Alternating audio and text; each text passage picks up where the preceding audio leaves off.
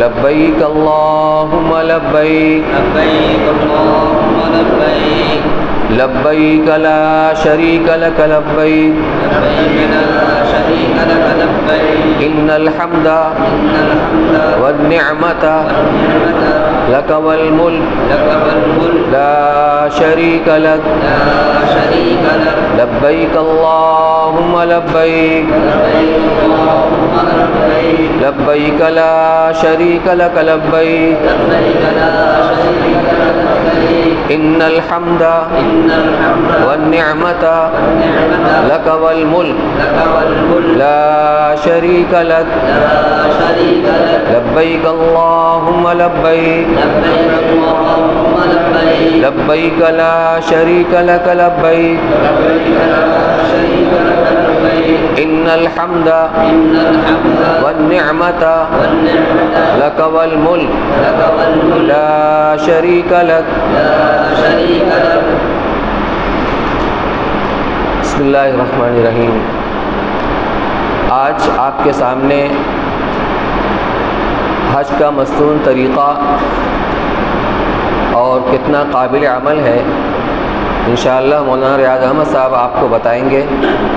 ان کا بھی چونکہ تازہ سفر بھی ہوا ہے رمضان میں، تو اپنے تجربے کی روشنی میں، اس لیے کہ حالات بہت تیزی کے ساتھ بدلتے رہتے ہیں اور وہاں کے انتظام بھی۔ مجھے چند باتیں اس سے پہلے عرض کرنی ہے۔ ایک تو یہ کہ اپنے وطن سے روانگی سے پہلے اگر بال بڑے ہوں تو اس کو چھوٹا کرا لیں، کہ حالت احرام میں بال جتنے بڑے ہوتے ہیں اتنا گرنے کا جھڑنے کا زیادہ خطرہ رہتا ہے، اور بال اگر جھڑ بھی گئے تو اس پر بھی صدقہ واجب ہوتا ہے۔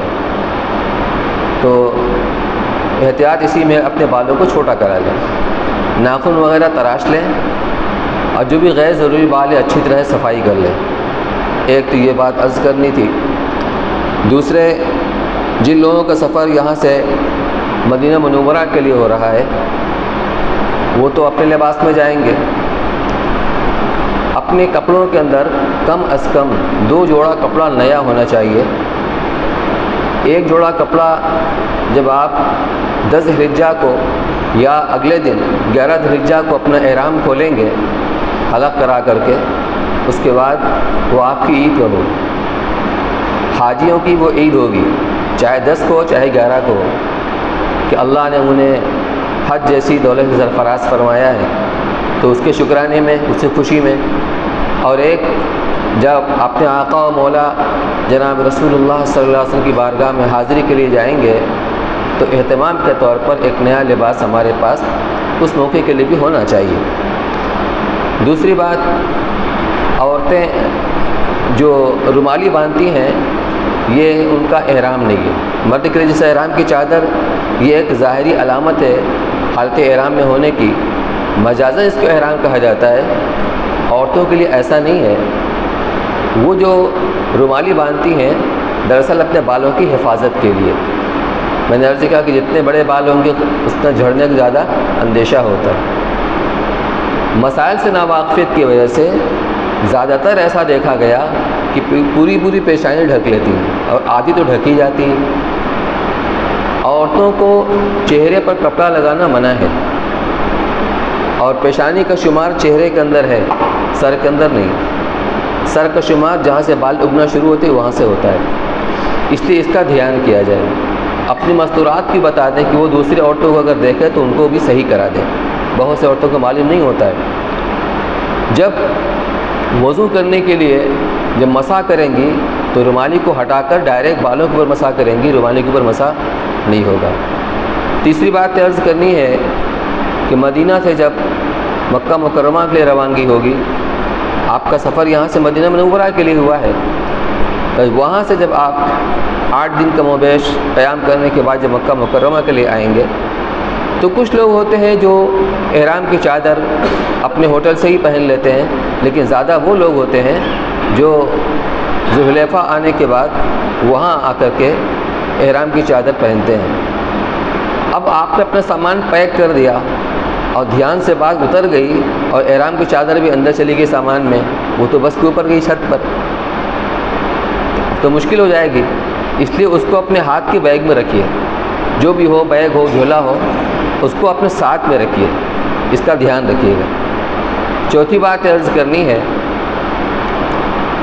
جس جگہ آپ جا رہے ہیں خانہ کعبہ، اس کے اطراف میں جو مطاف ہے اور باہر کی جو بھی جگہ ہیں، تصور کیجئے انبیاء سابقین علیہ الصلاۃ والسلام نے وہاں حاضری دی، سب نے حج کیا ہے، سب کے مبارک قدم پڑے ہیں، اور تمام نبیوں کے سردار حضرت محمد مصطفیٰ صلی اللہ علیہ وسلم، آپ نے بھی حج کیا ہے، کئی عمرے کیے ہیں اور ایک حج کیا ہے، حجۃ الوداع۔ تو کون سی جگہ ایسی ہوگی جہاں نبیوں کے قدم نہیں پڑے ہوں گے؟ تو وہاں کتنا ہمیں ڈر کر، خوف اور ہیبت کا ایک دل کے اوپر اثر ہونا چاہیے، غفلت نہیں ہونی چاہیے، اور اللہ کے اس فیصلے پر، اس سعادت کے اوپر رشک کریں کہ اللہ نے مجھ گنہگار کو ایسی متبرک و مبارک جگہ پر پہنچا دیا ہے۔ خانہ کعبہ حضور صلی اللہ علیہ وسلم کے نبوت ملنے سے پہلے چونکہ یہ نشیب میں تھا اور چاروں طرف اونچی اونچی پہاڑیاں تھیں، اب بھی جو ہوٹل بنتے ہیں پہاڑیوں کو کاٹ کے بنتے ہیں، تو جب سیلاب کا پانی، بارش کا پانی آتا تھا تو پوری زور کے ساتھ اس کا سیلاب کا پانی کعبے کے پاس آ کر اکٹھا ہو جاتا تھا۔ شاید آپ نے کوئی قدیم فوٹو دیکھا ہوگا، اس میں لوگ تیر کر بھی طواف کر رہے ہیں، تو اس پر نکاسی کی کوئی شکل نہیں تھی۔ بعد میں حکومت نے بہت اس کے اندر پیسہ خرچ کیا ہے، اور اب تو 2 منزلہ under ground Lateran bath room بھی ہو گیا ہے، اب تو مسئلہ نہیں ہے۔ میں عرض کرنا چاہ رہا ہوں کہ اس وقت خانہ کعبہ کی عمارت کو بہت نقصان پہنچا تھا، تو مشرکین مکہ جو اس وقت اس کے مجاور گویا بنے ہوئے تھے، انہوں نے چندہ اکٹھا کیا اور یہ طے کیا کہ حلال کمائی سے ہی خانہ کعبہ کی ہم تعمیر کریں گے۔ لیکن پھر ہوا یہ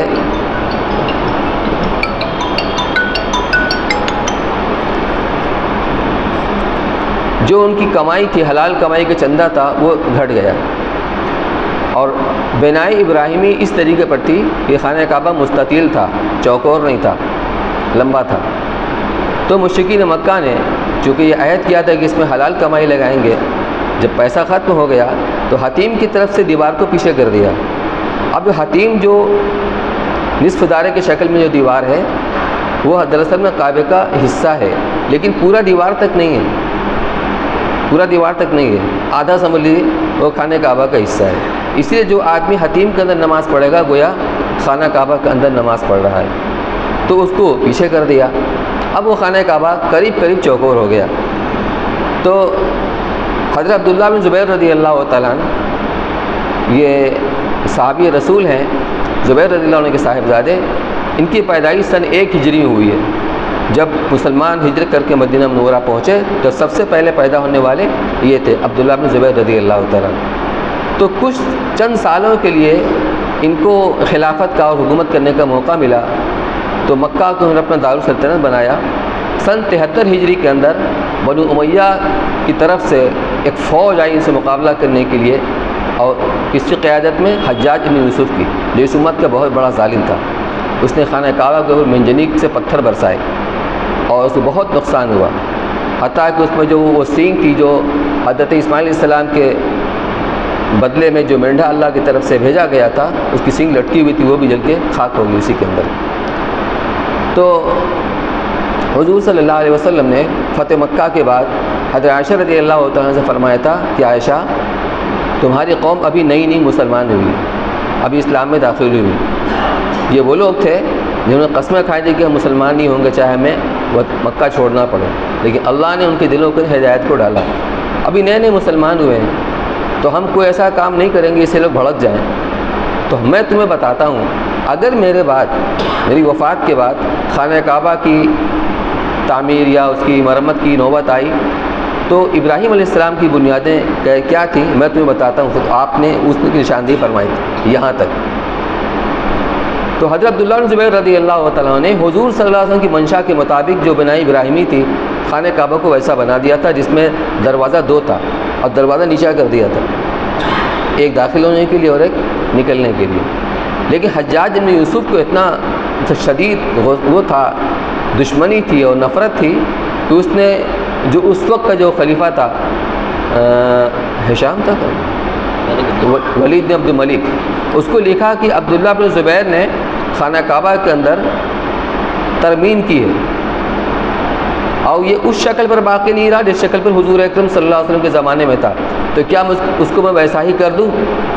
دیکھیے کیا اس کو تاثر دے رہا ہے، حالانکہ حضور کی منشا کے مطابق بنا ہوا ہے، اس نے کہا ویسا کر دو، تو پھر خانہ کعبہ اپنی جگہ پر آ گیا۔ ملتزم پر حضور اکرم صلی اللہ علیہ وسلم وہاں کا جو عمل ہے کہ اپنے سینے کو چمٹا دے، ہاتھوں کو اوپر دیوار پر رکھ کر کبھی دائیں رخسار کبھی بائیں رخسار، اور وہاں دعا مانگی جاتی ہے، تو آپ کی آنکھ سے آنسو رواں تھے، جاری تھے۔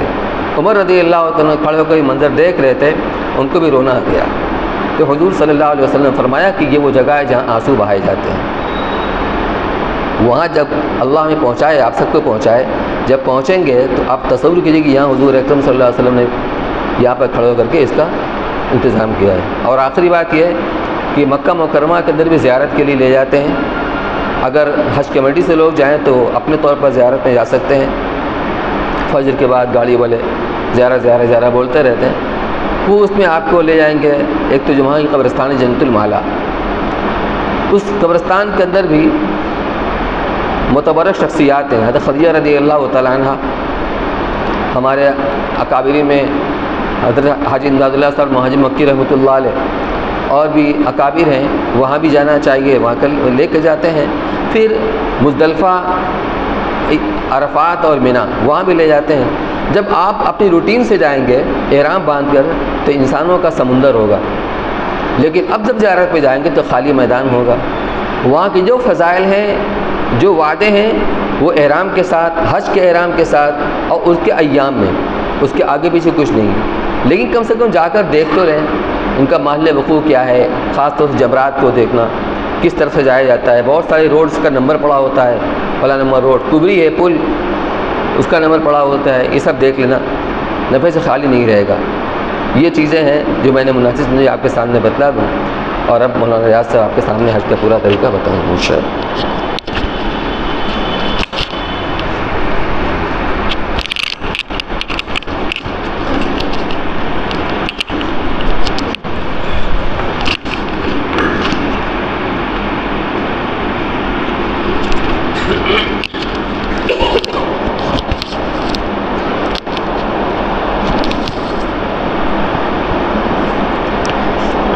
بسم اللہ الرحمن الرحیم، نحمده ونصلی ونسلم علی رسولہ الکریم، اما بعد، فقد قال اللہ سبحانہ وتعالی فاعوذ باللہ من الشیطان الرجیم، بسم اللہ الرحمن الرحیم، الحج اشہر معلومات، فمن فرض فیہن الحج فلا رفث ولا فسوق ولا جدال فی الحج، وما تفعلوا من خیر یعلمہ اللہ، وتزودوا فإن خير الزاد التقوى واتقون يا أولي الألباب۔ وقال النبي صلى الله عليه وسلم الحج المبرور ليس له جزاء إلا الجنة، أو كما قال عليه الصلاة والسلام۔ محترم حجاج کرام، اللہ سبحانہ وتعالی آپ تمام حضرات کے حج کو قبول فرمائے اور تمام امور کے انجام دہی کو آسان فرمائے۔ یقیناً آپ بڑے خوش نصیب ہیں، سعادت مند ہیں کہ اللہ تعالیٰ نے آپ کو اپنے ہاں بلایا ہے اور جلدی ہی آپ جانے والے ہیں۔ اس کے لیے تیاری کی جو باتیں تھیں، وہاں پر کیا کرنا ہے، اکثر باتیں آپ کے سامنے آ چکی ہیں۔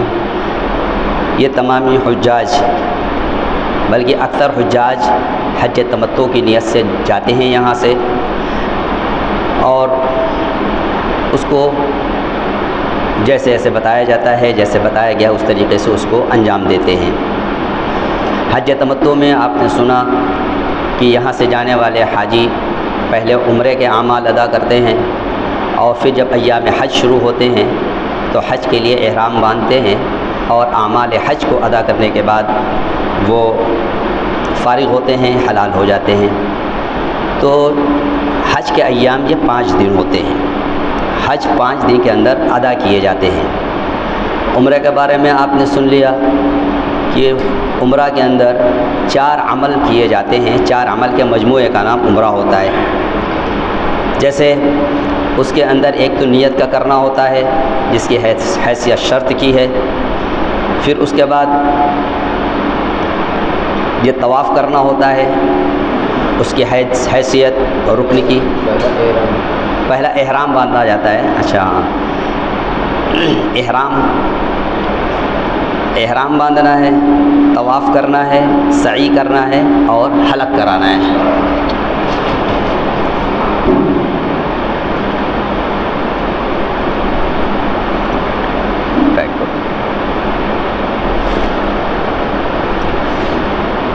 تو 4 عمل کے مجموعے کا نام یہ عمرہ ہوتا ہے۔ اس کے بارے میں آپ نے تفصیل سے سمجھ لیا اور اسی طریقے سے انشاءاللہ ادا کیا جائے گا۔ آج بہت ضروری باتیں مولانا نے آپ کے سامنے عرض کی کہ جس مقام کے اوپر یہ اعمال کیے جاتے ہیں، جیسے مطاف ہے، یہ بڑی قربانی کی جگہ ہے، بڑی خاص جگہ ہے۔ انبیاء علیہ الصلاۃ والسلام کے یہاں پر پاؤں پڑے ہیں، قدم پڑے ہیں۔ اسی طریقے سے یہاں پر بڑی قربانیاں دی گئی ہیں۔ اکثر باتیں آپ کے سامنے آ گئی، تصور کیجئے اور اس کو بالکل ذہن میں رکھیے تو پھر عمل کرنے کے اندر مزہ بہت آئے گا۔ آپ کبھی سوچیں گے، آپ نے پڑھا ہوگا حضرت ابوبکر صدیق رضی اللہ تعالیٰ عنہ کی قربانی، حضرت ابو ذر غفاری رضی اللہ تعالیٰ عنہ کی قربانی۔ اسی طریقے سے اللہ کے رسول صلی اللہ تعالیٰ علیہ وسلم کے بارے میں بھی سنا ہوگا کہ جب آپ نماز کے لیے کھڑے ہوتے تھے تو آپ کے گردن میں چادر کا فندہ ڈال کر کے کھینچ دیا جاتا تھا اور آپ گھٹنے کے بل گر جایا کرتے تھے۔ وہی مطاف ہے، وہی بیت اللہ کے قریب آپ کا یہ عمل، آپ کے ساتھ یہ معاملہ کیا جاتا تھا۔ آپ جب طواف کیا کرتے تھے تو جو حتیم کی دیوار ہے، جو نصف دائرہ ہے، تو اس کے اوپر قریش مکہ اور سرداران مکہ وہاں پر بیٹھے رہا کرتے تھے۔ آپ جب طواف کیا کرتے تھے تو آپ کے اوپر طنز کیا کرتے تھے اور کہا کرتے تھے احد الذی بعث اللہ رسولا، کیا یہی ہے جن کو اللہ نے رسول بنا کر بھیجا ہے؟ طرح طرح کے طنز کیا کرتے تھے۔ آپ کو بڑی تکلیف ہوتی تھی، کبھی کوئی آپ کو قتل کی دھمکی دیا کرتا، کبھی یہ ہوتا وہاں پر مشورہ ہوا کرتا کہ یہ آتے ہیں جناب، نماز پڑھتے ہیں، طواف کرتے ہیں، تو جب نماز کی حالت میں ہو تو ہم میں سے کون ایسا اپنے اعتبار سے وہ خوش نصیب کہے کہ ہم میں سے کون ایسا بندہ ہے کہ جو جائے فلاں قبیلے کے اندر اونٹ ذبح ہو رہا ہے، اس کی اوجھڑی اور لاد لے کر کے آوے اور جب سجدے کی حالت میں ہو تو ان کے اوپر ڈال دیا جائے تاکہ یہ اٹھ نہ سکے، اور ایسا ہی کیا گیا۔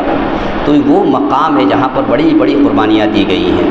حضرت ابوبکر صدیق رضی اللہ تعالیٰ عنہ، آپ نے سنا کہ اسلام کے اندر پہلا خطبہ انہوں نے دیا اور کلمہ شہادت لا الہ الا اللہ وہاں پر بیت اللہ کے اندر، بیت اللہ کیا مطاف کے اندر آپ نے خطبہ جو دیا ہے، تو یہ مشرکین مکہ اس کو برداشت نہیں کر سکے اور پھر آپ کے اوپر ایسا جھپٹے ہیں اور آپ کو اتنا مارا ہے کہ گویا یہ کہا جائے کہ ادمرا کر دیا تھا اور امید یہ تھی کہ آپ بچیں گے نہیں، لیکن اللہ کا کرنا یہ کہ اللہ تعالیٰ نے آپ کو بچا لیا۔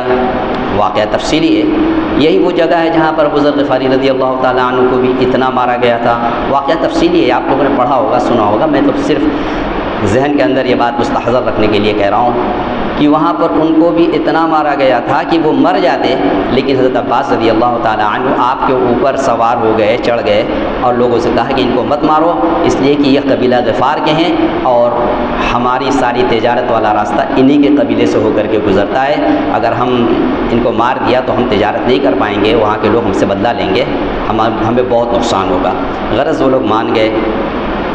تو یہ قربانیوں کی جگہ ہے، بڑی قربانیاں دی گئی ہیں، اور جتنے صحابہ کرام رضی اللہ عنہ مجمعین کے بارے میں سنتے ہیں، حضرت بلال حبشی رضی اللہ تعالی عنہ ہو، چاہے حضرت صہیب رومی ہو، چاہے حضرت سمیہ ہو، حضرت عمار ابن یاسر ہو، اس جن کے اوپر ظلم کے پہاڑ توڑے گئے ہیں، خباب بن الارت رضی اللہ تعالی عنہ، یہ سب اسی مقام کے اندر ہوئے ہیں۔ تو ہم تصور کریں اور مستحضر زبان ذہن کے اندر مستحضر رکھیں، حاضر رکھیں کہ یہ وہ جگہ ہے جس کا ادب ہونا چاہیے۔ انبیاء علیہ الصلوۃ والسلام، رسول پاک علیہ الصلوۃ والسلام کے قدم مبارک پڑے ہیں، صحابہ کرام جیسی جماعت کی ویسے جماعت دنیا نے کبھی دیکھی بھی نہیں ہے اور کبھی ان کے جیسے لوگ پیدا بھی نہیں ہوں گے۔ تو ویسے لوگوں کی قربانیاں وہاں پر ہیں. تو اس لیے ہم بہت دھیان کے ساتھ، بڑے توجہ کے ساتھ، بڑے ادب کے ساتھ ہم سارے اعمال وہاں پر کریں گے، بے ادبی نہ ہو. اور بہت سے لوگوں کو آپ دیکھیں گے کہ وہاں پر جیسا یہاں بتایا جاتا ہے ویسا عمل نہیں کرتے ہیں، ہم لوگوں کے اعتبار سے وہ بے ادبی کرتے ہیں. تو آپ ان کی دیکھی دیکھا نہ کریں، ہم ادب والے لوگ ہیں، ادب کے ساتھ ہم سارے اعمال کریں گے، ورنہ بے ادبی کی وجہ سے آدمی نیکیوں سے محروم ہو جاتا ہے. تو اس کا خیال رکھیں. اب عمرہ کے اعمال کرنے کے بعد جیسے آپ نے حلق وغیرہ کرا لیا، خالی ہو گئے، پھر جتنے ایام آپ کو حج سے پہلے ملیں گے اس کو غنیمت جانیں گے. اسی میں کوئی دن آپ متعین کر کے مکہ کی زیارت کر لیں گے تو اس کے اندر بہت ساری چیزیں دیکھنے کو ملیں گی. جیسے غار حرا میں آپ کو جانا ہوگا، وہاں پہ اب تو بہت آسانی سہولت ہو گئی ہے کہ اب آسانی سے آدمی جا سکتا ہے. بالکل پکنک اسپاٹ بنا دیا انہوں نے، اور 50 ریال فی آدمی لے کر کے وہ باقاعدہ گاڑی کے ساتھ اوپر لے کر کے جاتے ہیں. بیچ میں ایک جگہ اسٹاپیج ہوتا ہے اور بہت آسانیاں کرنی ہیں. پہلے تو لوگوں کو پہاڑ چڑھنا پڑتا تھا، تو اب بہت زیادہ چڑھنا نہیں پڑتا ہے، وہ گاڑی کے ذریعے سے بہت اوپر تک لے کے جاتے ہیں. پھر آخر میں تھوڑی دور چل کر کے آدمی اس غار کے اندر پہنچ جاتا ہے. غار حرا کی وہ سیر کرائیں گے، غار ثور کو دکھائیں گے. اور یہ دکھانا کیا ہوتا ہے، وہ بس جاتی ہے اور بتا دیتے ہیں، وہاں پر روک دیتے ہیں کہ بھئی دیکھیے یہی غار حرا ہے، یہی غار ثور ہے، یہیں پر وہ پہاڑ ہے، اس طریقے سے دکھا دیتے ہیں. اور پھر مینا، مزدلفہ اور عرفات کی زیارت کرا دیتے ہیں. بعض لوگ اب یہ بھی کرتے ہیں کہ جنت المالا نہیں لے جاتے، ان کے راستے میں ان کو روٹین میں نہیں پڑتا ہے تو بسا اوقات نہیں لے جاتے. جب وہ اصرار کریں گے تو لے کر کے جاتے ہیں. ابھی ہم لوگ گئے تھے تو ہم لوگوں کو جنت المالا لے کر کے نہیں گیا، حالانکہ ہم پہلے کئی بار جا چکے ہیں تو اس سے مجھے ضرورت نہیں تھی. ورنہ آدمی جانا چاہے فجر کی نماز پڑھ کر کے خود پیدل چلے جائیں گے، بہت زیادہ دور نہیں ہے، لوگ جاتے ہی رہتے ہیں. یا کوئی جنازہ آپ پڑھ رہے ہیں، جنازے کے ساتھ ساتھ آپ جا سکتے ہیں، تو جنت المالا بھی جانا چاہیے. غرض جو ایام بچے ہیں اس کے اندر آپ کو کثرت سے طواف کرنا ہے، کثرت سے طواف کرنا ہے. آپ اس کی روٹین بنا لیں کہ ہمیں روزانہ کتنے طواف کرنا ہے، کیسے کرنے ہیں. وہاں کا سب سے زیادہ بہتر عمل اور سب سے زیادہ اللہ کے نزدیک جو محبوب عمل ہے وہ طواف کا کرنا ہے. تو کل بات آ بھی گئی کہ ہمیں وہاں پر رہتے ہوئے کم سے کم ایک قرآن شریف بھی ختم کرنا ہے، اور وقت نکال کر کے ہمیں طواف کرنا ہے. ہجوم بہت ہوتا ہے، آپ اس کی پرواہ نہ کریں. ہم اسی کام کے لیے گئے ہوئے ہیں اور یہ موقع ہمیں زندگی میں نہ معلوم آگے ملے گا کہ نہیں ملے گا، اس لیے اس وقت کو غنیمت جانیں. بہت ساری جو پلاننگیں کر رکھے ہوں گے کہ وہاں پر جا کر کے یہ خریدنا ہے وہ خریدنا ہے، سب کو بالائے طاق رکھیں.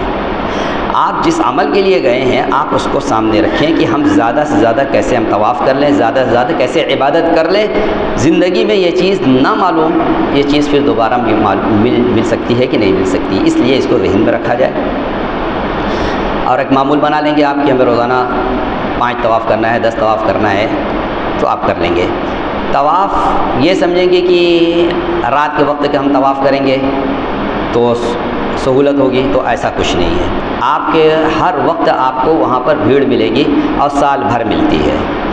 آسانیاں صرف اور صرف میرا تجربہ یہ ہے کہ جب ایسے اوقات میں جب دھوپ بہت زیادہ ہو یا دوپہریہ کا وقت ہو یا لوگ ناشتے واشتے کے لیے نکل گئے ہوں تو آپ کو آسانیاں ملیں گی، بہت آسانی مل جاتی ہے.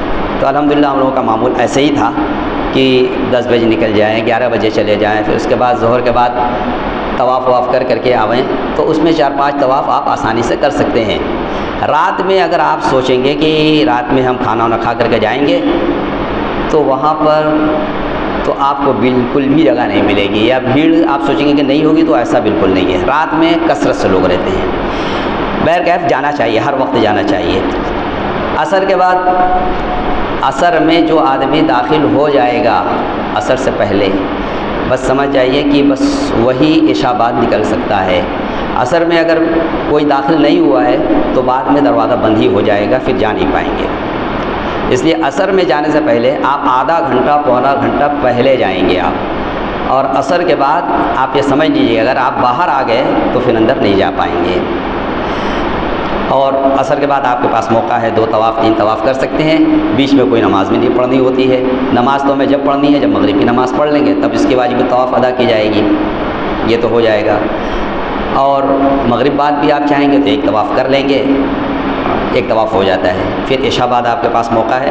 عموماً لوگ یہ معمول بناتے ہیں کہ عصر سے پہلے جاتے ہیں تو عشاء بعد لوٹتے ہیں، اور جب ایسا معمول بنائیں گے تبھی کچھ کر پائیں گے۔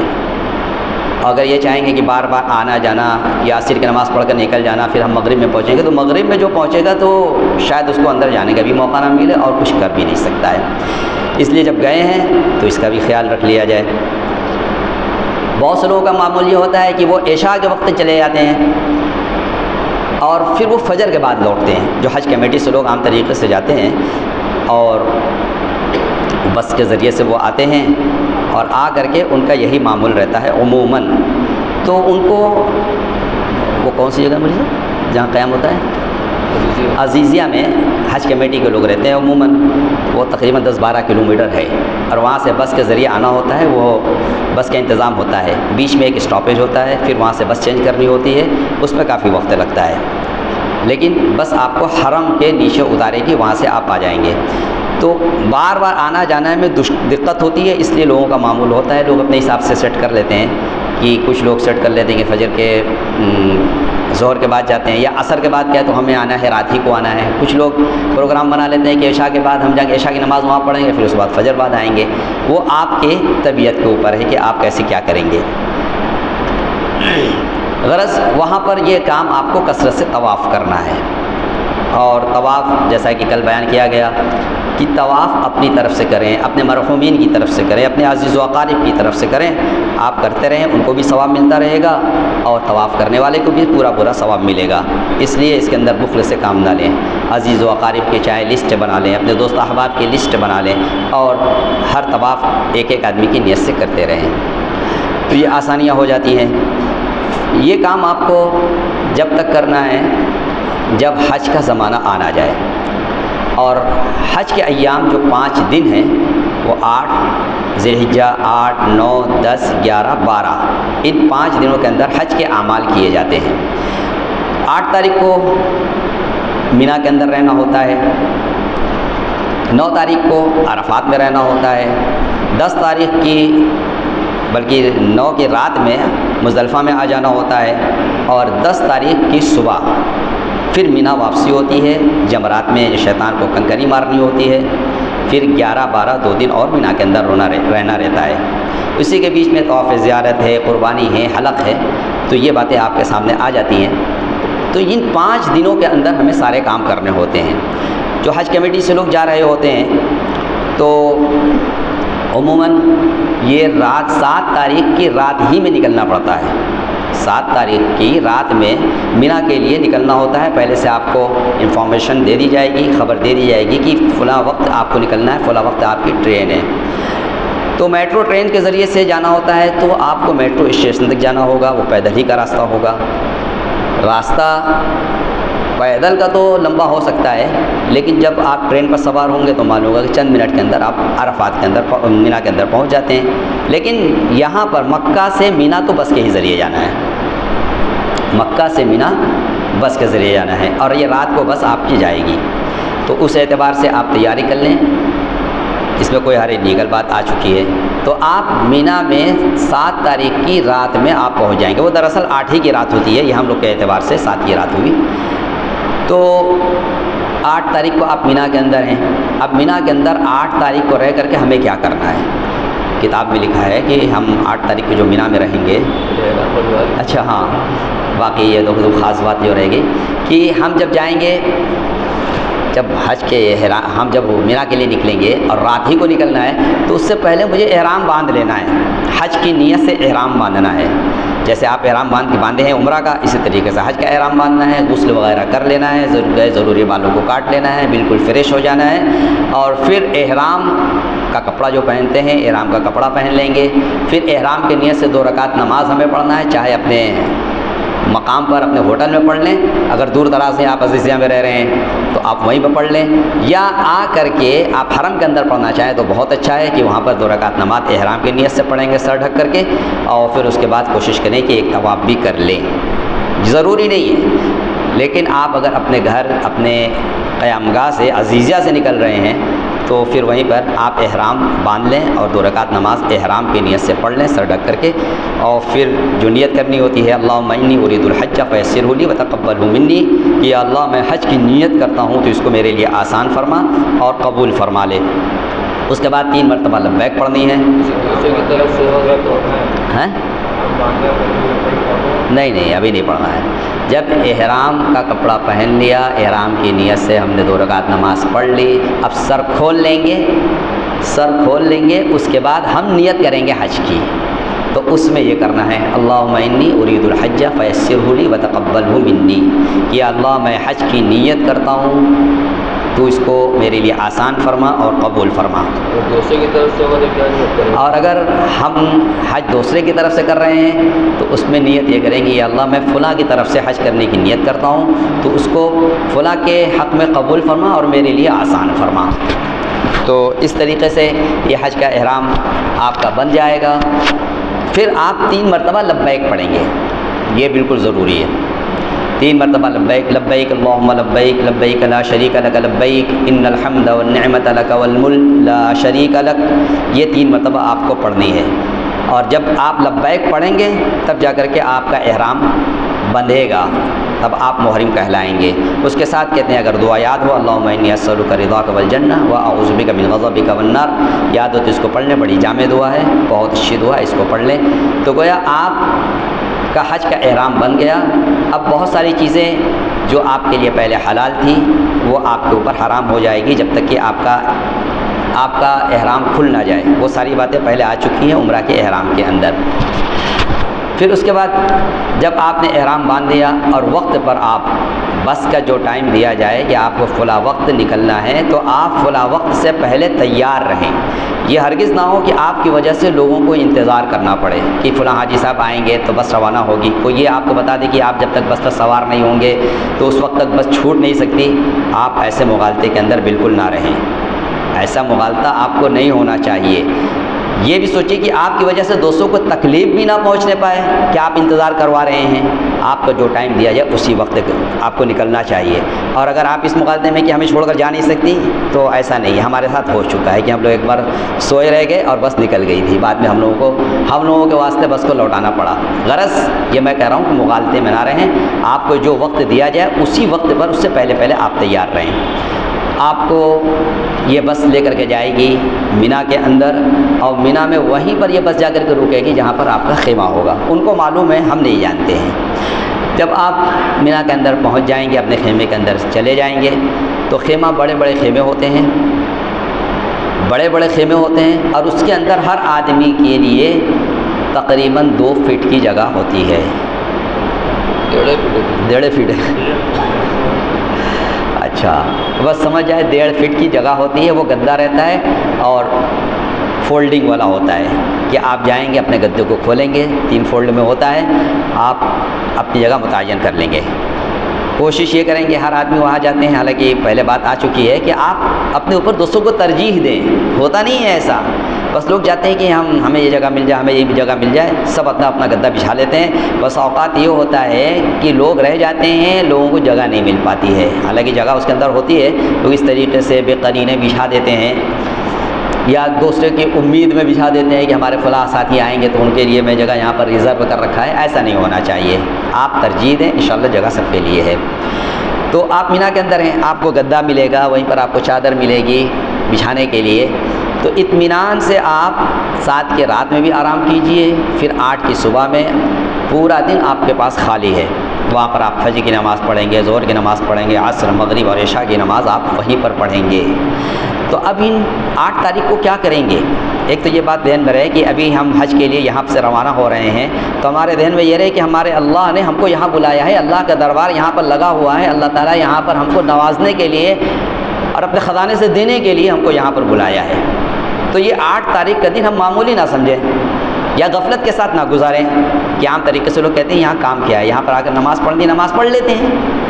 تو ایسا نہیں، یہاں پر اللہ تعالیٰ نے بلایا ہے دینے کے لیے، ہمیں نوازنے کے لیے بلایا ہے۔ تو جب یہ خیال رہے گا، یہ تصور کیے رہیں گے تو آپ غفلت کے ساتھ نہیں گزاریں گے۔ آپ نے فجر کی نماز آپ کو پڑھنی ہے، سب وقت پر پڑھنی ہے، آپ کو پہلے سے وقت معلوم ہوگا۔ مکہ سے مینا کوئی بہت دور نہیں ہے، 10 کلومیٹر قریب دور ہوگا، تو آپ مکہ میں جو وقت ہوگا وہی وقت یہاں کا ہوگا، تو آپ وہی وقت کے اوپر آپ نماز پڑھیں گے۔ عصر کے اندر یہاں پر حنفی اعتبار سے نماز نہیں ہوتی ہے، جیسے ہم لوگوں کے یہاں مثلین پر ہوتی ہے، تاخیر سے ہوتی ہے، وہاں پر اول وقت کے اندر نماز ہوتی ہے۔ تو آپ اگر موقع ہے اور آپ اپنے اعتبار سے نماز پڑھ سکتے ہیں، بلکہ موقع رہتا ہی ہے، وہاں کبھی جماعت سے نماز ہوتی ہے عموماً، اور کبھی ایسا ہوتا ہے کہ لوگ فرداً بھی نماز پڑھ لیتے ہیں۔ تو خیر مقیم کو امام بنائیے تاکہ اس کے پیچھے مسافر مقیم سب پوری نماز پڑھ لیں۔ ہاں، وہاں پر آپ جائیں گے، جیسے کہ آپ کے ساتھ جانے والے ساتھی ہوں گے، اس میں کچھ مقیم بھی ہوں گے، کچھ مسافر بھی ہوں گے۔ مقیم مسافر اس اعتبار سے کہ کچھ لوگوں کا وقت، کچھ لوگ 15 دن سے، جن کا وقت 15 دن نہیں ہوا ہوگا مکہ کے زمانے میں، تو وہ مسافر ہوں گے۔ کچھ لوگوں کا وقت مکہ میں 15 دن ہو چکا ہوگا تو وہ مقیم ہوں گے۔ تو ایسے لوگوں کو امام بنا لیا جائے جو مقیم ہو، جن کا 15 دن مکہ کے اندر گزرا ہوا ہو، تو بہت آسانی ہوگی، سب نماز پڑھ لیں گے اس کے اندر۔ ورنہ کیا ہوگا کہ اگر مسافر کو امام بنا دیا ہے تو پھر مسئلہ معلوم ہونا چاہیے کہ مسافر تو 2 رکعت نماز پڑھ لے گا 4 رکعت والی، پھر یہ سلام نہیں پھیریں گے جو مقیم ہوں گے، یہ کھڑے ہو جائیں گے اور 2 رکعت بغیر قرأت کے وہ پڑھیں گے اور سلام پھیر کر کے پھر فارغ ہوں گے۔ تو یہ مسئلہ عام طریقے سے لوگوں کو نہیں معلوم ہوتا ہے، دقت ہو جاتی ہے۔ اس لیے اگر مقیم ہو تو ان کو امام بنایا جائے، اور اگر سب مسافر ہیں تو اپنے میں سے جو اچھے ہوں ان کو بنا لیا جائے، جو متقی ہوں اپنے میں ان کو دیکھ لیا جائے، ان کو امام بنا دیا جائے، تو ان کے پیچھے جماعت سے نماز پڑھی جائے۔ وہاں پر کوئی اختلاف، کوئی لڑائی جھگڑا نہیں کرنا ہے۔ بس اوقات ایسے حضرات بھی مل جاتے ہیں جن میں یہ سب مسئلے کو لے کر کے اختلاف ہو جاتا ہے، تو جہاں پر اختلاف ہو اپنے آپ کو الگ کر لیں کہ ہمیں یہ مسئلہ ہمارے لیے جو بتایا گیا ہم اسی پر عمل کریں گے۔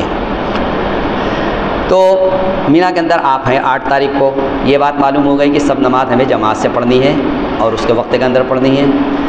اب یہاں پر رہ کر کے ہمیں اور کیا کیا عمل کرنے ہیں؟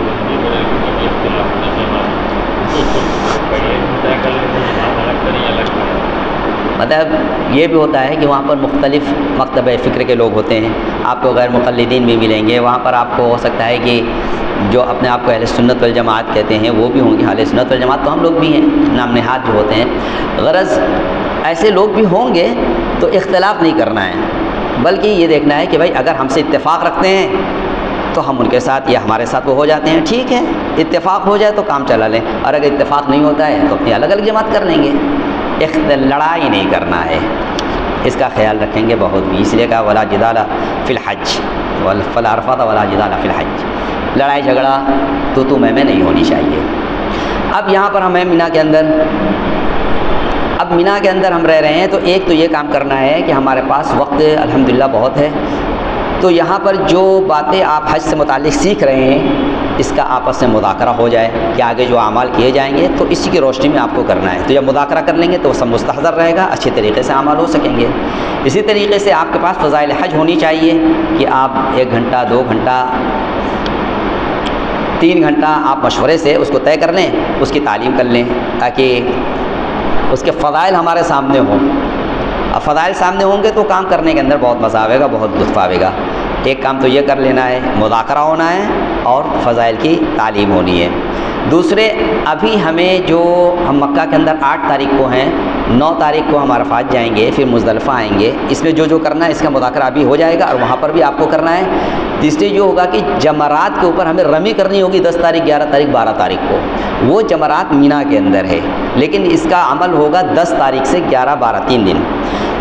تو اس کو یہ کہاں پر ہے؟ مینا کے اندر ہم بھی ہیں اور مینا کے اندر وہ بھی ہے، تو ہمارے خیمے سے کتنا دور ہے، کون سا راستہ وہ جمرات کے پاس جاتا ہے، کس راستے سے ہمیں جانا ہے، کس راستے سے ہمیں واپس آنا ہے، یہ آپ کو ذہن نشین کرنا ہے۔ اول یہ کہ ہمارا خیمہ کہاں پر ہے اس کو بھی آپ دیکھ لیں کہ کوئی ایسی علامت پائی جائے گی کہ ہمارا خیمہ فلاں کھمبا، اونچے اونچے کھمبے ہوتے ہیں اس کے اوپر نمبر لکھے رہتے ہیں یا جھنڈا لگا رہتا ہے، تو اس سے یہ علامت کے طور پر ہوتی ہے، اس سے آپ پہچان لیں گے کہ ہمارا فلاں کھمبا کے نیچے ہے یا فلاں کبری کے پاس میں ہمارا خیمہ ہے، تو انشاءاللہ بہت آسانی ہوگی۔ اور پھر آج تو موبائل کے ایپ کے ذریعے سے لوگ اپنے راستے کو، اپنے خیمے کو ڈھونڈ لیتے ہیں، آج کل تو الحمدللہ آسانیاں بہت ہیں۔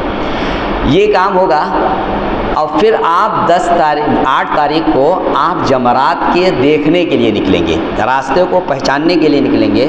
یہ جمرات اصل میں 4 فلور کے اندر یہ جمرات ہوتے ہیں، 3 فلور آپ کو چلنا ہوتا ہے، ایک گراؤنڈ فلور ہوتا ہے، فرسٹ سیکنڈ تھرڈ، تو آپ ہر ایک کا راستہ الگ ہے. آپ جائیں گے تو راستہ جب کبھی آپ انڈر گراؤنڈ کا راستہ الگ ہوگا، فرسٹ فلور پر جائیں گے اس کا راستہ الگ ہوگا. کچھ لوگ فرسٹ فلور پر بھیڑ زیادہ ہو جاتی ہے تو وہ سیکنڈ فلور پر بھیج دیتے ہیں، اس میں بھیڑ زیادہ دکھتے ہیں تو وہ تھرڈ فلور پر بھیج دیں گے. پھر اترنے کا راستہ تقریباً ایک ہوتا ہے اور پھر اس میں سے آپ کو آنا ہوتا ہے. جائیں گے مختلف راستے سے، پھر اتریں گے بھی الگ الگ راستے سے، پھر آگے جا کر کے ایک ہو جاتا ہے. تو یہ آپ ہر ایک کو قاعدے سے آپ دیکھ لیں گے.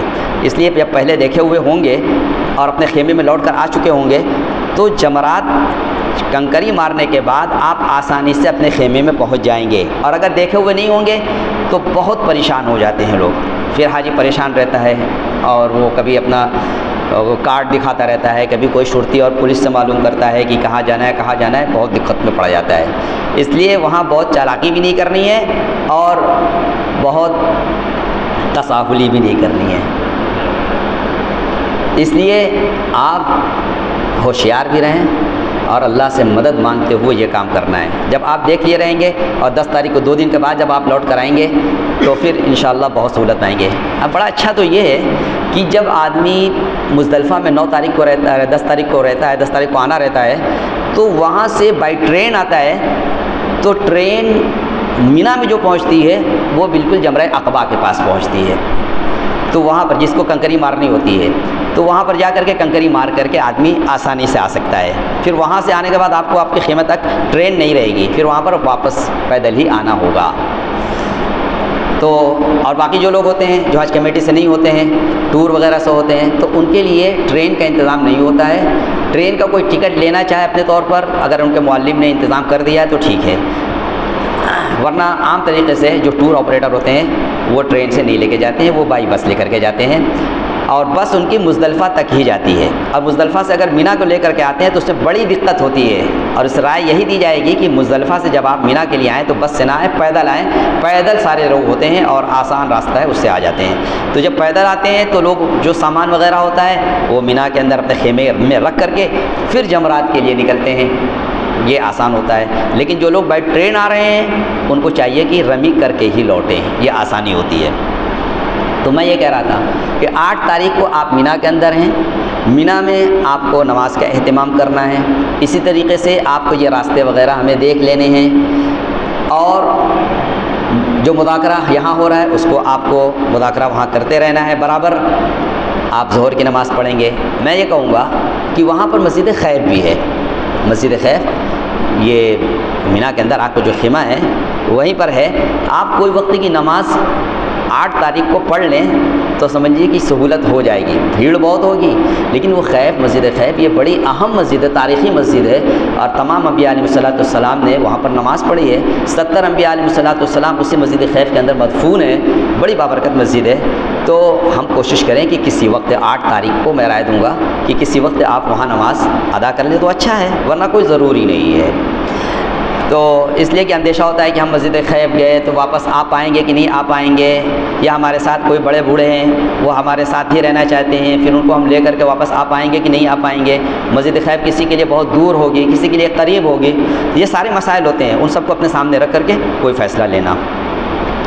تو 8 تاریخ کو آپ نے سب نمازیں بھی پڑھ لی اور 8 تاریخ کی عشاء کے بعد پہلے ہی آپ کو خبر ہو جائے گی کہ رات ہی کو وہ آپ کو عرفات کے لیے لے کر جائیں گے، جو کہ ہمیں 9 تاریخ کو عرفات میں رہنا ہوتا ہے. تو وہ 8 تاریخ کی رات میں بائی ٹرین پہلے آپ کو بتا دیا جائے گا. آپ کے پاس وہ بیلٹ ہوگا ان کا، تو اسی کے ذریعے اسکین کر کے وہ ٹرین پر سوار کرتے ہیں. تو 8 تاریخ کو ہم جب مینا سے جائیں گے رات ہی کو جائیں گے، رات کو عرفات میں ہم پہنچ جائیں گے اور وہ ہم اپنے خیمے کے اندر ہی پہنچیں گے. اس لیے کہ سب کا خیمہ انڈیا والے کا کہاں ہے، کس ایریا کا کہاں ہے، کون سے معلم کے ہم ماتحت ہیں، وہ آپ کو آپ کے خیمے تک پہنچا دیں گے. اس میں آپ کو زیادہ پریشان نہیں ہونا ہے. وہاں پر جانے کے بعد اچھا یہ کہتے ہیں کہ جب ہم مینا کے لیے نکل رہے ہیں تو اس سے پہلے کچھ سامان اپنے ساتھ لے لیں. یہ میں بتانا بھول گیا کہ جب احرام حج کا باندھے ہیں تو اس سے پہلے کچھ توشہ اپنے ساتھ لے لیں. خاص طریقے سے ہم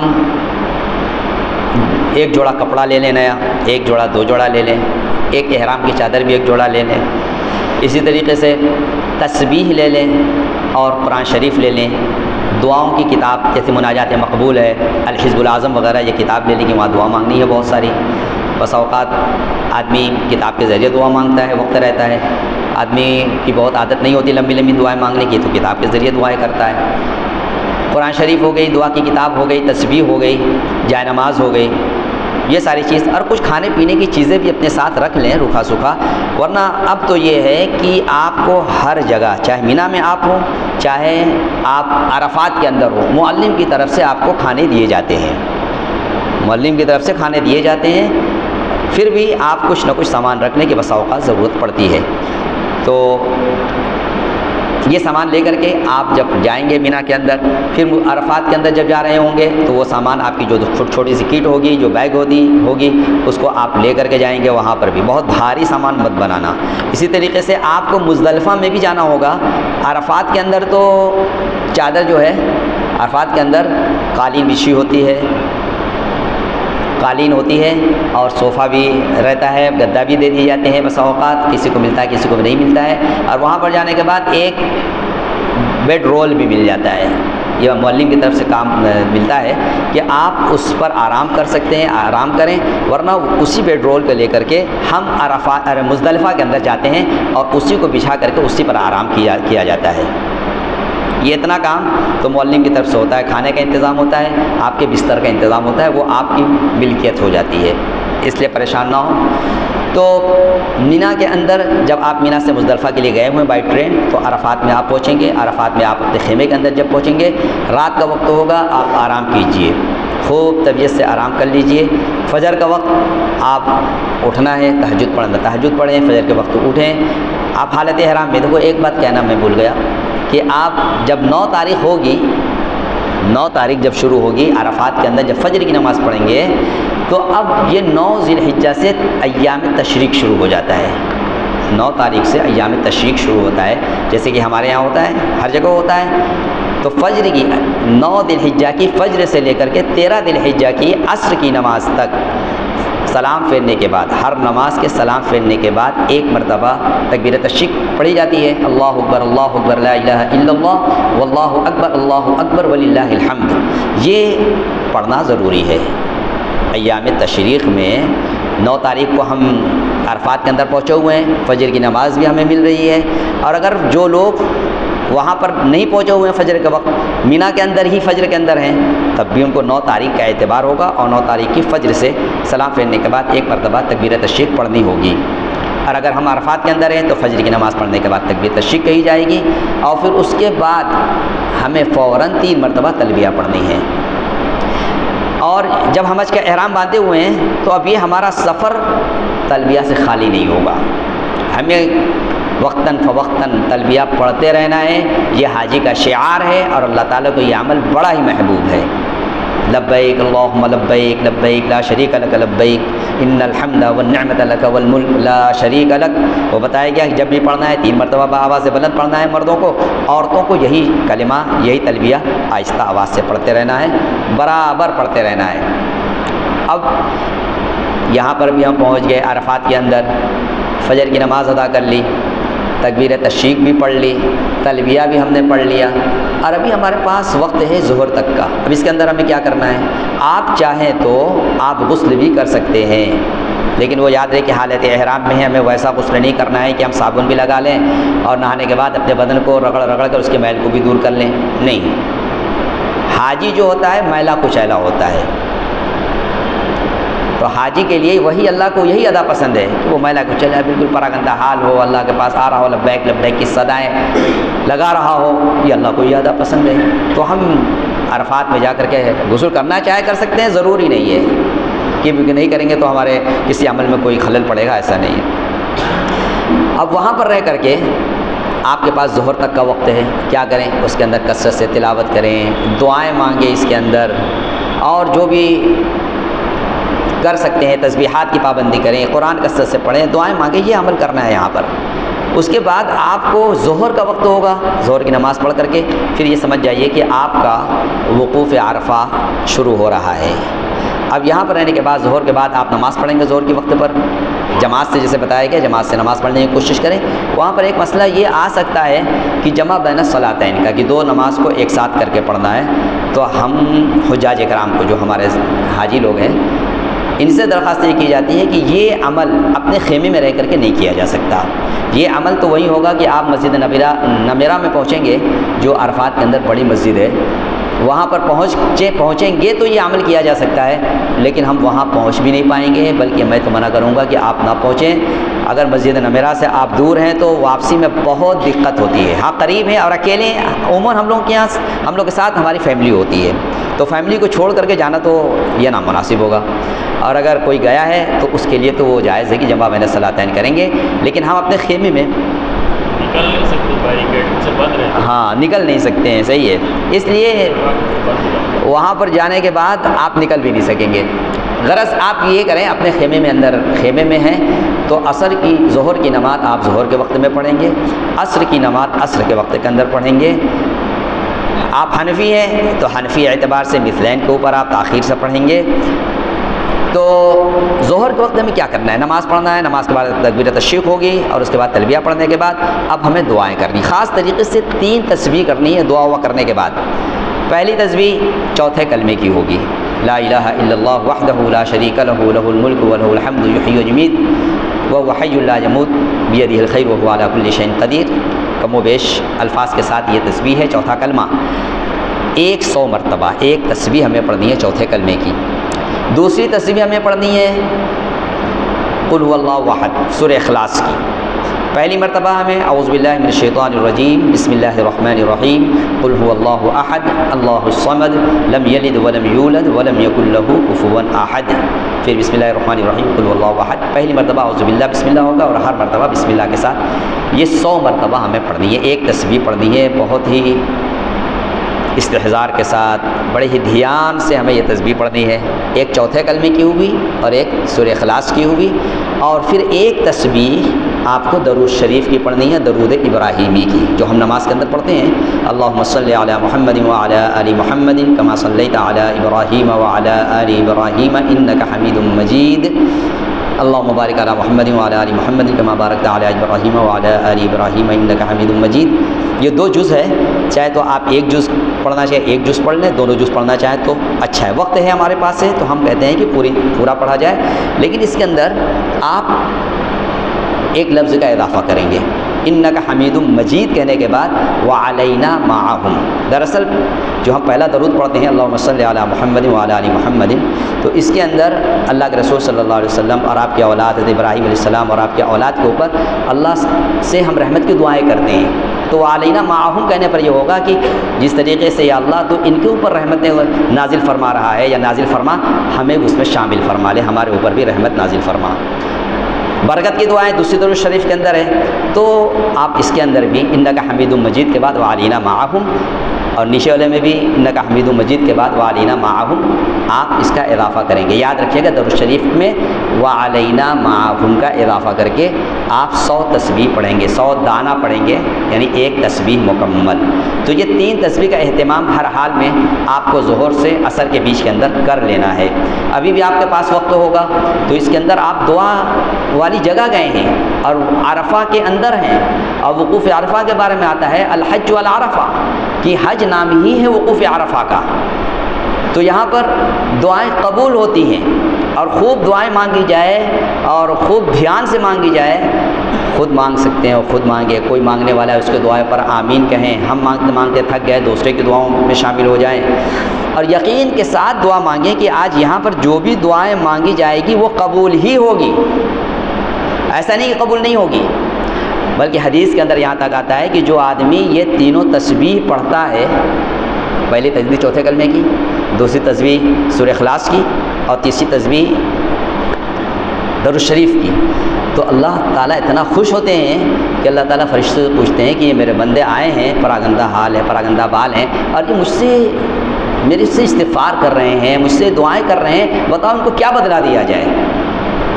پھر اللہ تعالیٰ خود ہی کہتے ہیں کہ جاؤ یہ اپنے بارے میں سفارش کریں، اپنے بارے میں دعائیں کریں گے، سوال کریں گے تو میں ان کی ساری دعائیں قبول کروں گا، اور یہ حاجی جس کے بارے میں سفارش کرے گا، جس کے لیے بھی دعائیں کرے گا، سارے حجاج کے لیے دعائیں کرے گا، سفارش کرے گا، تو اس حاجی کی ساری سفارشیں، ساری دعائیں ہر ایک کے حق میں قبول کی جائیں گی۔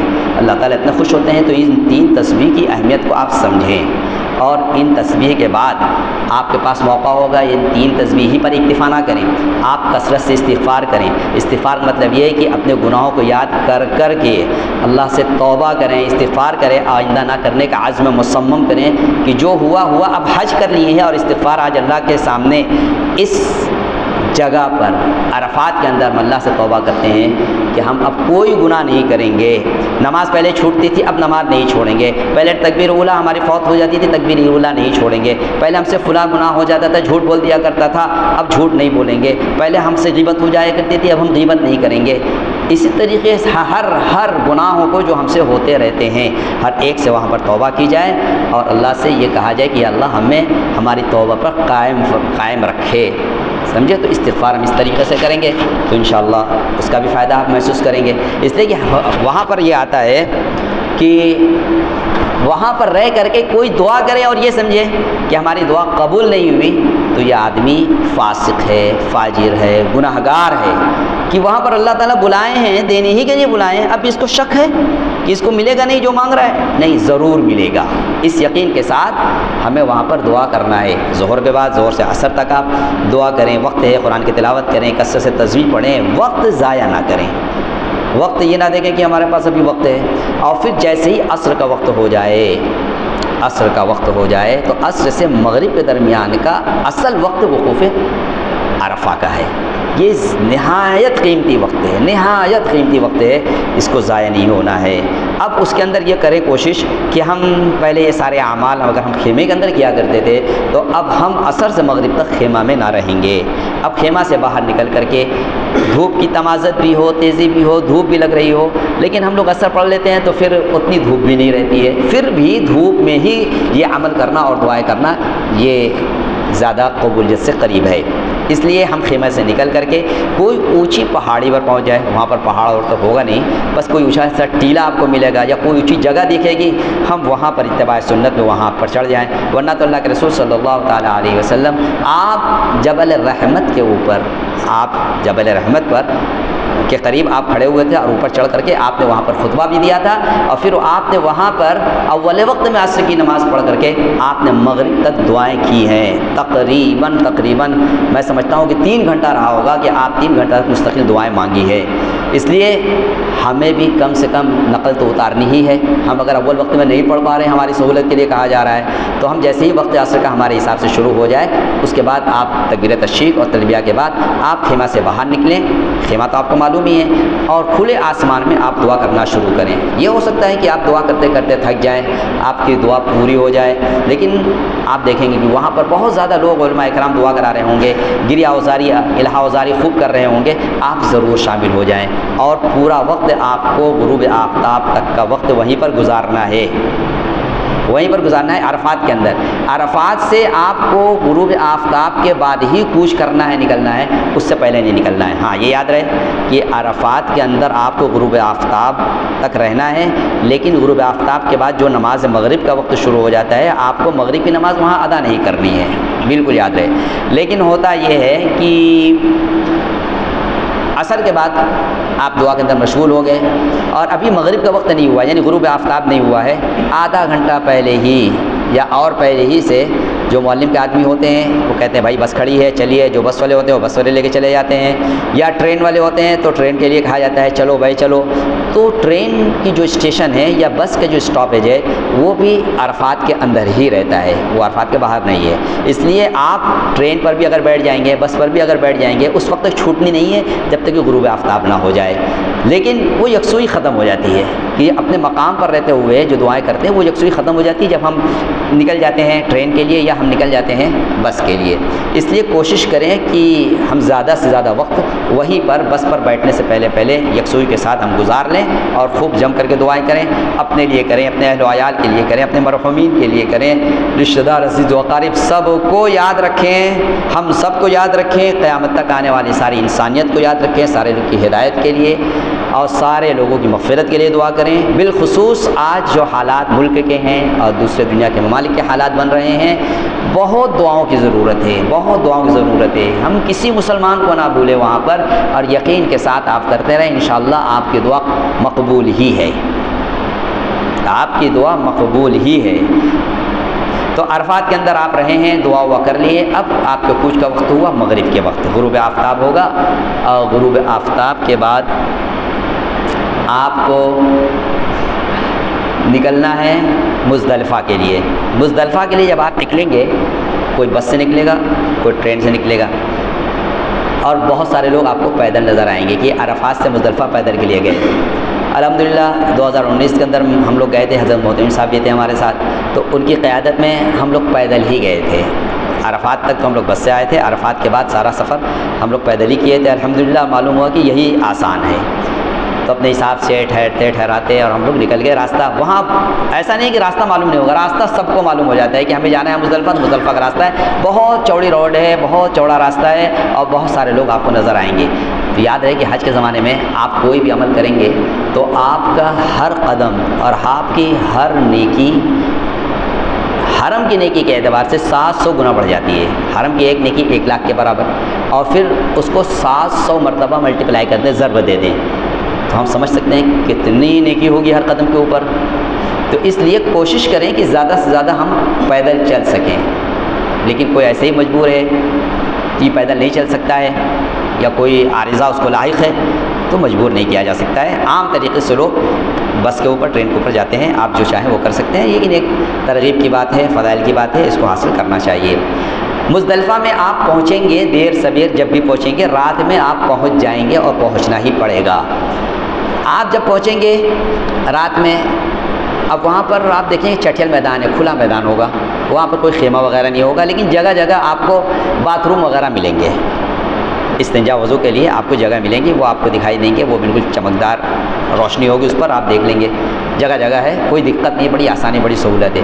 لیکن کوئی خیمہ آپ کو سر چھپانے کے لیے نہیں ملے گا، تو آپ جو بیڈ رول آپ کو ملا ہوا ہے عرفات میں، وہ آپ لے کر کے جائیں گے، اور کوئی جگہ دیکھ کر کے کہ مزدلفہ میں ہم پہنچ چکے ہیں، یہ متعین کرنا پڑے گا کہ ہم مزدلفہ میں پہنچے کہ نہیں پہنچے، اس لیے کہ مزدلفہ اور مینا یہ بھی سڑا ہوا ہے، اور مزدلفہ سے بہت پہلے عرفات کے بعد مزدلفہ آپ آنے کے لیے آپ کو تقریباً 8 کلومیٹر چلنا پڑے گا، یا 8 کلومیٹر کا راستہ ہے، لیکن بہت سارے لوگ ناواقفیت کی بنا پر وہ پہلے ہی قیام کرنے لگتے ہیں، حالانکہ وہاں پہ لکھا ہوا ہے کہ مزدلفہ اسٹارٹ کا بورڈ بھی لگا ہوا ہوتا ہے۔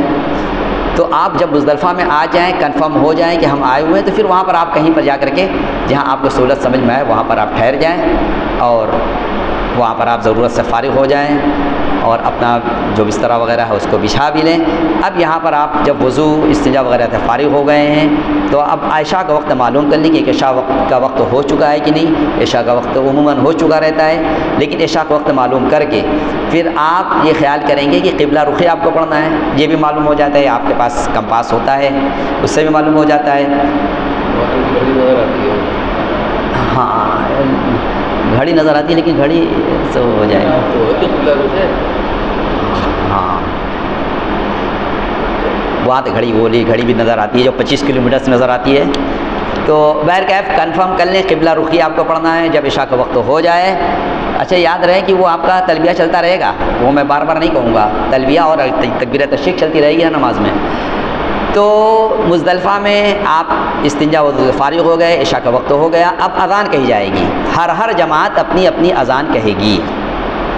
وہاں تھوڑی ٹکڑی کے اندر نماز ہوتی ہے، بہت بڑی جماعت نہیں ہوتی ہے، ہمارے پاس گروپ میں اگر 20 آدمی ہیں، 10 آدمی ہیں، 15 آدمی ہیں، بس سیٹنگ کر لیتی ہیں، بھائی نماز پڑھنی ہے، تیاری کر لیجئے، ایک ساتھ اذان دے دیں گے، اس کے بعد تکبیر کہی جائے گی، اور تکبیر کہنے کے بعد مغرب کی نماز ادا کی جائے گی۔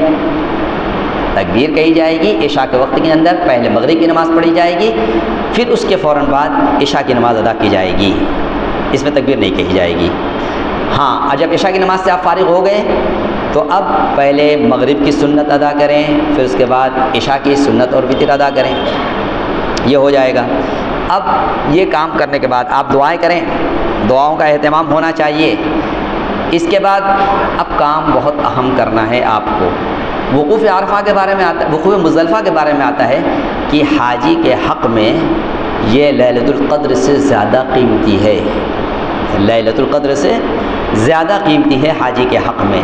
تو لیلۃ القدر ہم تلاش کرنے کے اندر ہمیں 10 راتیں گزارنی پڑتی ہیں، اب پھر وہ رہتا ہے پتہ نہیں کون سی رات لیلۃ القدر ہے نہیں ہے، لیکن مزدلفہ کے اندر تو یہ تیقن کے ساتھ کہا جا سکتا ہے کہ وہ رات ہمارے لیے لیلۃ القدر سے زیادہ قیمتی ہے۔ تو جب یہ معلوم ہو جائے گا تو پھر آدمی غفلت کے ساتھ صرف سوئے گا نہیں، تکان ہے تھوڑا آرام کر لے اگر تکان ہے، ورنہ تو اس رات کے اندر عبادت ہی اور دعا ہی کرنی ہے۔ اور پلس ایک کام اور کرنا ہے کہ ابھی ہمیں مینا کے اندر شیطان کو کنکریاں مارنی ہے۔ وہ کنکری آئے گی کہاں سے؟ تو وہ کنکری ہمیں مزدلفہ ہی سے لینی ہے۔ مزدلفہ کا جتنا میدان ہے، ریتیلا میدان ہوگا، کنکریلا میدان ہوگا، ایسا بھی کنکر نہیں ہوتا ہے کہ آپ اس پر اگر چلیں تو آپ کو بہت تکلیف ہوگی۔ بہرحال وہ ریتیلا میدان ہے، کنکریلا میدان ہوگا، اس کے اندر سے آپ جہاں پر بھی ہوں گے آگے پیچھے تھوڑا ہٹیں گے، سڑک کے کنارے سے یا کہیں پر میدان سے آپ کو کنکری چننی ہے۔ ہمیں 7 مرتبہ شیطان کو کنکری مارنی ہے مینا کے اندر۔ پہلی دن تو ایک جمرہ کو 7 کنکری مارنی ہے 10 تاریخ کو، 11 اور 12 کو تینوں جمرہ کو ہمیں کنکری مارنی ہے 7 مرتبہ۔ تو 7 دن کے 21، 21 دن کے 42 اور 42 اور 7 49، یہ 49 کنکری تو ہمیں مارنی ہی مارنی ہے۔ اور کوئی آدمی اگر ارادہ کرے کہ ہمیں 13 تاریخ کو بھی رہنا ہے، جو کہ سنت ہے، 13 تاریخ کا ہم لوگوں کا تذکرہ نہیں ہوتا ہے کہ 12 تاریخ تک آدمی حاجی حج تھک جاتا ہے اور نکل لیتا ہے، ورنہ ہے قرآن کے اندر ومن تأخر فلا اثم علیہ لمن اتقى۔ تو غرض 12 تاریخ تک کے لیے بھی ہمیں 49 چاہیے، لیکن احتیاطاً یہ کہا جاتا ہے کہ ہم 70 کنکری چن کر کے رکھ لیں، اور وہ اس کی مقدار یہ ہوگی کہ ایک بڑے چنے مٹر کے دانے کے بقدر ہم اس کو لے لیں، یعنی تھوڑی سی چنا کہ بڑا چنا ہو اس طریقے سے۔ کوئی ڈھیلا توڑ کر کے ہمیں چھوٹا نہیں کرنا ہے، بلکہ اسی مقدار کی کنکری کو مزدلفہ کے میدان سے ہمیں چننی ہے۔ 70 کنکری چن لیں اور اس چن کر کو اچھے طریقے سے اس کو دھل لیں، دھل کر کے اس کو اپنے پولیتھین کے اندر رکھ لیں، یا کیا ہوتا ہے کہ لوگوں کے پاس چھوٹے چھوٹے باٹل ہوتے ہیں منرل واٹر کے، اسی میں لوگ دھل کر کے بھر کے رکھ لیتے ہیں، یا آپ کے پاس کوئی پاؤچ وغیرہ ہوگی اس کے اندر آپ رکھ لیں، یہ آپ اپنے سہولت سے آپ یہ کر لیں، لیکن دھل کر کے اس کو رکھ لیں گے۔ 70 کنکری چننی ہے، اس لیے پر حاجی 70، وہ تو بات ہوگی کہ ہر حاجی کی طرف سے 70 کنکری چننی ہے۔ اگر آپ کے ساتھ آپ کی اہلیہ بھی ہیں، آپ کی والدہ بھی ہیں، آپ کی بہن ہے، آپ کی بیٹی کوئی بھی ہے، تو پھر ہر ایک کی طرف سے 70 الگ الگ چننی ہے۔ اس میں کیا ہوگا، میں 49 کی جگہ 70 اس لیے کہہ رہا ہوں کہ 7 کنکری تو مارنی ہے ہی۔ بسا اوقات یہ ہوتا ہے کہ آدمی کنکری مارنے جاتا ہے تو ہاتھ میں جیسے کنکری لیے ہوا ہے تو بعض کنکری گر جاتی ہے، تو جو کنکری گر گئی اس کو اٹھانا نہیں ہے، وہ مردود ہو گئی۔ بعض اوقات یہ ہوتا ہے کہ آدمی غفلت سے کنکری مارتا ہے شیطان کو تو وہاں تک پہنچ نہیں پاتی، پہلے گر جاتی، یا ٹکرا کر کے خدا نخواستہ واپس آ گئی تو وہی مردود ہو گئی۔ تو احتیاطاً ہم 10 کنکری اپنے ساتھ رکھیں گے ایک شیطان کے لیے، اور نہیں بھی ہماری خراب ہوئی تو کوئی دقت کیا بات ہے، اگر کسی کو ضرورت پڑ گئی اس کو ہم دے دیں گے، یا کسی کو ضرورت نہیں بھی پڑی تو ہم اس کو لے کر کے آئیں گے، آخری دن اس کو ہم سب ویسٹ کر دیں گے، چھوڑ دیں گے وہیں پر۔ تو ہم یہ کام کر لیں گے، 70 کنکری چن لیں گے، اس کو دھل کر کے اپنے ساتھ لے کر کے رکھ لیں گے، رات کے عبادت کے ساتھ دعاؤں کے ساتھ گزاریں گے۔ اور اب یہاں پر جو اصل وقوف مزدلفہ ہے، آپ کو معلوم ہوگا اللہ رسول صلی اللہ علیہ وسلم نے عرفات کے اندر بڑی دعائیں کی تھی اس امت کے لیے، اور اللہ کے نبی صلی اللہ علیہ وسلم کی ساری دعائیں امت کی مغفرت کے لیے دعائیں کی تھی، ساری دعائیں قبول ہوئی تھی، اور آپ نے یہ بھی دعائیں کی تھی کہ جو ظالم ہیں ان کے بھی اللہ تعالیٰ معاف فرما دے، تو اللہ تعالیٰ کی طرف سے آئے تھے نہیں ظالم کی مغفرت نہیں ہوگی، لیکن آپ نے اتنی آہوزاری کی آوازاری کی کہ مزدلفہ میں آ کر کے آپ کی یہ دعا بھی قبول ہوگی۔ آپ نے یہ کہا تھا کہ اللہ تو یہ بھی تو کر سکتا ہے کہ ظالم کو اپنی طرف سے، مظلوم کو تو اپنی طرف سے بدلہ دے دے اور ظالم کو تو معاف فرما دے۔ غرض آپ کی یہ دعا بھی قبول مزدلفہ میں ہوئی تھی۔ تو مزدلفہ کے اندر بھی ہمیں دعا کرنی ہے رات میں۔ اب اصل وقوف مزدلفہ جو ہے، جو واجب ہے، وہ ہے صبح صادق سے لے کر کے طلوع آفتاب تک کا وقت۔ یہ طلوع آفتاب سے 5 منٹ پہلے تک کا وقت سمجھ لیجئے، یہ وقوف مزدلفہ ہے۔ تو آپ اول وقت کے اندر نماز پڑھتے ہوئے آئے ہیں حرم کے اندر، بلکہ آپ کو وقت معلوم ہوگا کہ اس وقت فجر کا وقت شروع ہوتا ہے، معلوم ہو جاتا ہے۔ تو جیسے ہی وقت شروع ہو آپ پہلے سے تیاری کر لیں، وضو وغیرہ کر کے تیار رہیں، اور فجر کا وقت جیسے ہی شروع ہو اذان دیں، اور اذان دینے کے بعد فوراً سنت اور فرض نماز ادا کریں۔ اور یہ فرض نماز ادا کرنے کے بعد آپ کو طلوع آفتاب سے پہلے تک آپ کو صرف دعائیں کرنی ہیں۔ طلوع آفتاب سے پہلے صرف آپ کو دعائیں کرتی رہنی ہیں، اس لیے کہ یہ اصل وقوف مزدلفہ ہے جب میں اللہ کے رسول صلی اللہ علیہ وسلم نے دعائیں مانگی ہیں، ہمیں بھی دعائیں کرنی ہیں، اس کے اندر غفلت کے ساتھ ہمیں نہیں رہنا ہے۔ جیسے ہی طلوع آفتاب ہو جائے گا، اس سے پہلے ہمیں اپنے اس مقام پر جہاں پر ہم نے نماز پڑھی ہے، جہاں پر ہم نے دعائیں کی ہیں، اس کو ہم طلوع آفتاب سے چند منٹ پہلے، 5 منٹ پہلے مان لیجیے، وہاں سے ہمیں کوچ کرنا ہے، اپنے جائے مقام سے ہمیں کوچ کرنا ہے۔ اب نکلنا ہے ہمیں اپنے سارے سامان کے ساتھ، بیگ اینڈ بیگیجز کے ساتھ ہمیں نکلنا ہے مینا کے لیے۔ کمل صاحب بس کیا جائے، انشاءاللہ آگے مینا کا بیان ہوگا، وقوف عرفہ، اس کے بعد طواف زیارت ہے، اور جتنی باتیں ہیں اس سے متعلق ابھی تو تھوڑی سی بات ہوئی ہے، انشاءاللہ کل آگے انشاءاللہ یہ بیان جاری رہے گا۔ اس میں اگر کوئی بات آپ کو پوچھنی ہے، سمجھنی ہے، تو آپ اتنے بیان کے اندر آپ پوچھ سکتے ہیں، انشاءاللہ آپ کو جواب دینے کے لیے علماء کرام موجود ہیں۔ بولیے سکندر، کچھ پوچھنا ہے؟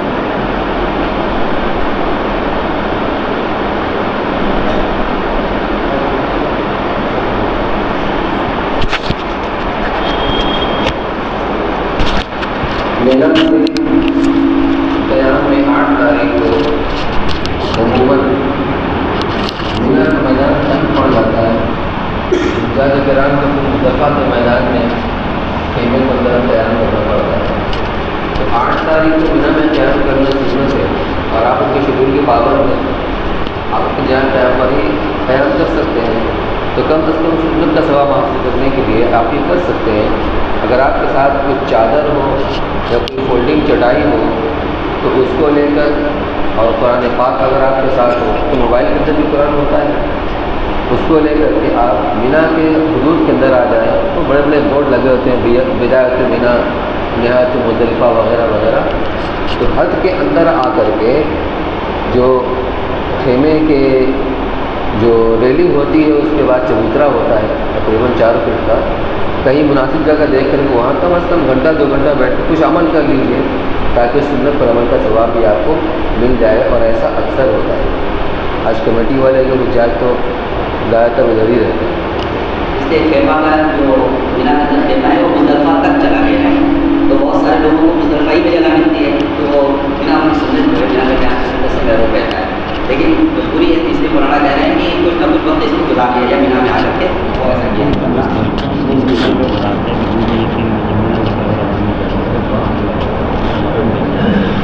مولانا کہہ رہے ہیں کہ ناواقف کی وجہ سے بہت سارے لوگ مزدلفہ سے رات ہی میں، یعنی صبح صادق سے پہلے ہی وہاں سے روانہ ہو جاتے ہیں، سہولت کی خاطر کر پہلے سے مینا اپنے انسان میں پہنچ جائے۔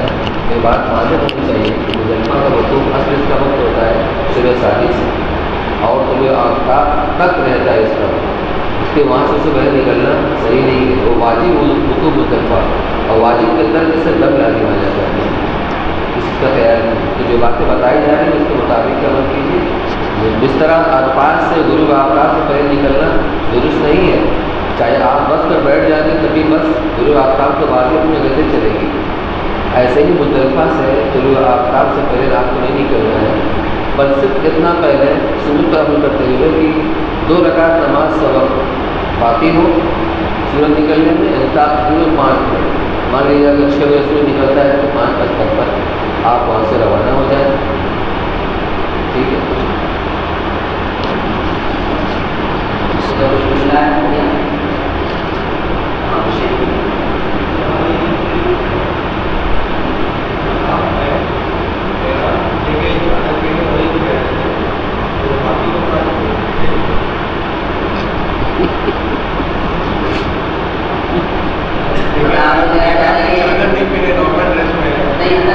نارمل ڈریس ہے تو مقام پر جانا ہے تو آپ کو یہ احرام کی شکل اختیار کرنی پڑے گی اور اصل لباس جو وہاں کا ہے شروع سے آپ سنتے چلے آ رہے ہیں وہ چادری تو آپ اس نیت سے آپ کا اپنے عمر کا لباس پہن کر کام لائیں. ہاں صحیح ہے بالکل ٹھیک ہے. حضور صلی اللہ علیہ وسلم نے اپنے خاندان والوں کو تاکید فرمائی تھی کہ کبھی بھی کسی بھی طواف کرنے والے کو تقدیر میں ناراض کسی کو روکنا نہیں. تو کیا پہنچتا ہے اگر وہ روک رہے ہیں تو کوئی کچھ نہ کچھ کرنا پڑے گا. بس یہ بہت زیادہ مسائل کسی کو نہ بتائیں. آپ سے کہا جا رہا ہے آپ کریں. اگر کوئی وہی سمجھ میں آ رہا ہے ان کا سمجھ میں آ رہا ہے تو آپ ان کے ہاتھ پر چھوڑ دیجیے. آپ ان کو مسائل نہ بتائیں. اس کو مسئلہ نہیں بتا رہے ہیں, میں نے حدیث سنا دیا ہے, باقی آپ اللہ رسول میں ڈالیں.